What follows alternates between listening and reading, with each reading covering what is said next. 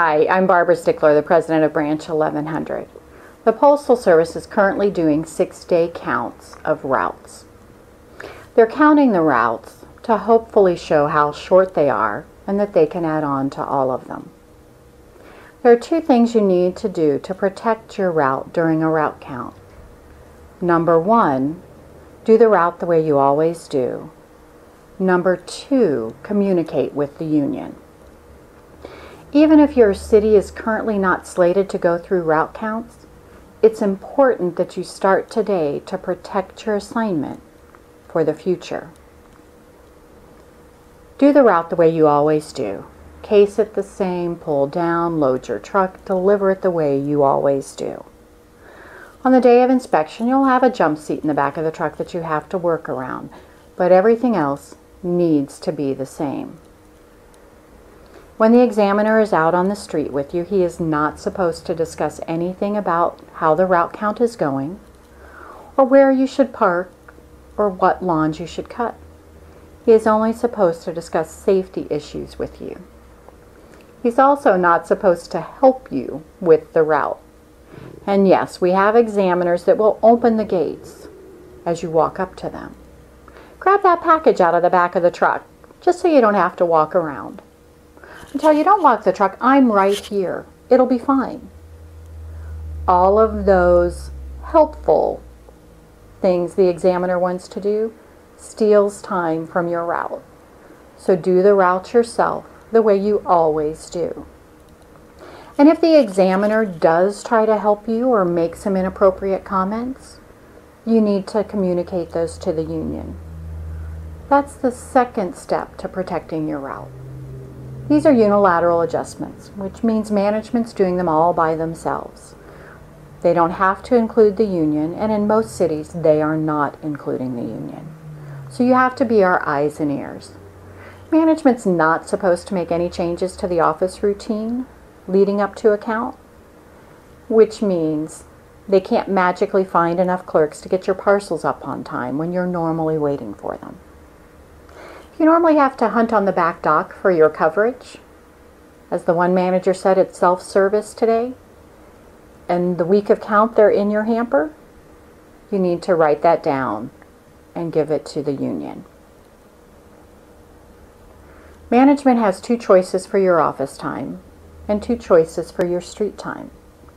The office time is either the average from the week of count and inspection or standard office time. You've heard us talk about 18 and 8. Well, standard office time is calculated by taking your volume from the week of count and giving you 1 minute for every 8 letters you cased and 1 minute for every 18 flats you cased. Then you get 1 minute for every 70 pieces of mail you need to pull down. Then they add in what we call fixed office time, break if you have an office break, vehicle check, withdrawing mail, getting your accountables are all added in. And that's how they come up with standard office time. And they're required to choose the lower of the 2 office times. Now your street time is either the average from the week of count and inspection or an 8-week random analysis. 7 weeks from the prior 12 months, and the 8th week is the week after count and inspection. So today's performance can affect next year's count. So you have to do your route every day as if the examiner's with you. Do your route consistently, and that's how you will protect your assignment during future route counts and adjustments. There are to be 2 consultations. The first one is to go over the forms and the data and tell you how long your route is. The 1838C that you fill out during the week of count, you should have gotten back during the week of count. An 1838, which is a computerized version of that form, you're to get 5 days before the consultation. Look at them and make sure the computerized version matches your handwritten one. 1 day before the consultation, you're supposed to be given a copy of your 1840, which is a summation of the whole week. And if management's planning to take any deductions, they have to give you the back of the 1840, saying what they're deducting. During the consultations, you need to take notes of everything management says, ask questions about the paperwork, ask for justification on the deductions, and then communicate the answers to the union.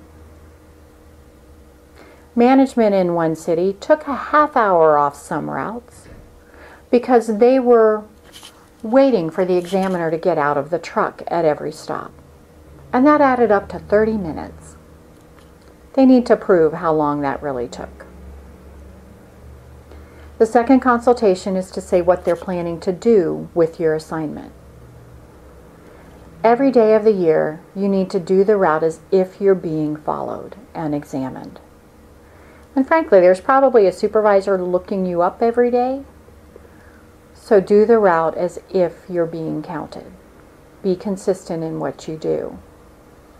Most importantly, don't skip lunches and breaks, and don't work off the clock. I know management can be a little intimidating and occasionally cranky about your times on the street and in the office and how long your day is going to be. But if you work off the clock, your route will never be 8 hours, and we will never be able to get it fixed because there's never any proof that it is taking you too long. Yes, management sees you every morning working off the clock, and they're not going to say a word. Oh, it's against the contract, but you help them by making their office look better than it really is. So protect your route from future counts. And do not work off the clock, and work as if you're always being followed by an examiner. If you get any of your examination paperwork and you don't understand it, give us a call and we'll walk you through it. Thank you.